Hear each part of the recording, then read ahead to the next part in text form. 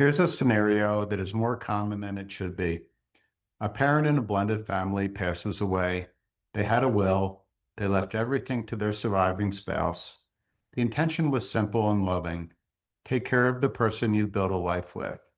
But the surviving spouse eventually remarries, or their relationship with their children from the first marriage changes over time, or they pass away years later with a completely different estate plan in place.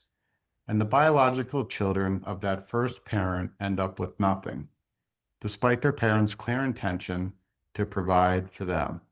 This is not a hypothetical, it's a pattern, and it's completely preventable, but only if a couple sits down together and actually decides what they want to happen. April, let's start here. Before we even get to documents and structures, what's the conversation that most blended family couples haven't actually had?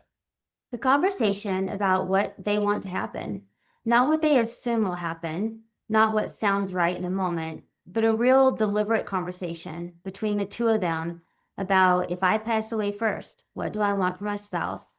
What do I want for my biological children? What do I want for my stepchildren? How do I want those things balanced? And are my spouse and I aligned on this? Most couples haven't had that conversation in any depth. They've had a will drafted, which is a start. The will reflects what an attorney wrote down based on a brief meeting, not necessarily the full weight of what a couple wants. In a blended family, the difference between those two things can be significant. And I'd add, the conversation also needs to include what happens with each other's children. Step-parents and stepchildren have real relationships, sometimes very close ones, but those relationships have no automatic legal standing. So without a deliberate plan, a stepchild who is like a son or daughter can be left with nothing. Or conversely, a biological child can be unintentionally written out. None of them reflects what the family actually wanted. It reflects what wasn't decided. So, Jerry, most people think a will handles this. Why isn't a basic will enough? A will is essential. Every adult should have one. But a basic will that simply leaves everything outright to a surviving spouse has a fundamental limitation.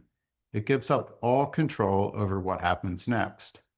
Once assets pass outright to a surviving spouse, that spouse is free to do whatever they choose with them, redirect them to their own biological children, spend them down, remarry and fold them into a new family. That's their legal right. And if your intention was for your biological children to eventually receive something, there is nothing in a basic will that ensures that happens. The challenge for a blended family is that a simple will forces a choice: protect your spouse or protect your children. A well-designed estate plan shouldn't force that choice. It should do both. And as we talked about last week, a will also doesn't control everything. Retirement accounts, life insurance, and other assets that have beneficiary designations pass completely outside the will. Even with a good will, if those other layers aren't aligned, the full plan may not hold together. April, for blended families who are hearing this and realizing their current plan may not be doing what they think, what does a better path forward look like? That's a great question, and it starts with a conversation between the couple where they work through what they want. And I mean specifically, not I want everyone to be taken care of, but who do I want to have access to what, under what conditions, and in what order? What do I want my spouse to be able to do with our assets while they're living? What do I want to happen to those assets when they pass? Are there specific things I want certain people to receive? That conversation is often harder than it sounds. It requires both partners to think through scenarios they'd rather not think about. It's also one of the most valuable things a blended family can do because it replaces assumption with clarity. And then that clarity needs to be translated into the right legal documents by a qualified estate planning attorney. There are structures, including certain types of trusts, that are specifically designed to let a blended family protect a surviving spouse and biological children at the same time. But which structure makes sense depends entirely on the family's specific circumstances, goals, and assets. This isn't something to improvise. A qualified estate planning attorney is the right person to design and draft these documents.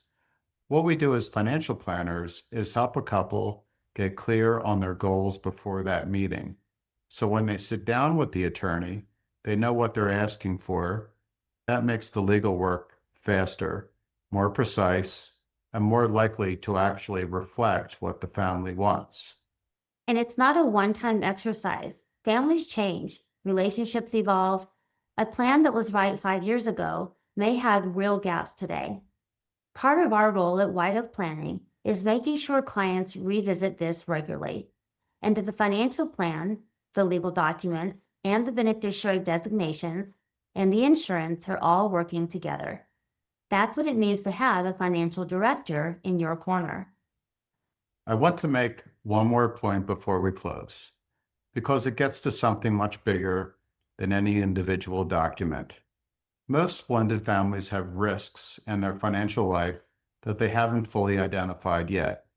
It might be a beneficiary designation that doesn't reflect the family anymore, a life insurance gap, a retirement account that's structured in a way that creates a tax burden, a real estate holding with no clear plan, an estate plan that was written for a different family. Part of what we do at White Oak Planning is function as a financial director, the person who helps you see the whole picture, identify the risks that aren't visible until someone looks, and make sure you're connected to the right professionals, the right estate planning attorney, the right CPA, the right insurance guidance. We're not here to replace those experts. We're here to make sure they're all working from the same plan. That coordination matters more in a blended family than anywhere else because the stakes are higher and the complexity is greater. The people you love most deserve a plan that accounts for all of them, not a generic one, a real one. Estate planning in a blended family isn't about being pessimistic. It's about being intentional. It's about making sure the people you love, all of them, are protected the way you actually want, not the way a generic default assumes. If you'd like to talk through where your family's plan stands, we offer the opportunity for you to start a conversation, and we'd genuinely love to hear your family's story. The link is in the description. Share this video if it was helpful. These conversations are ones most blended families need to have, and most haven't started yet. We'll see you next time.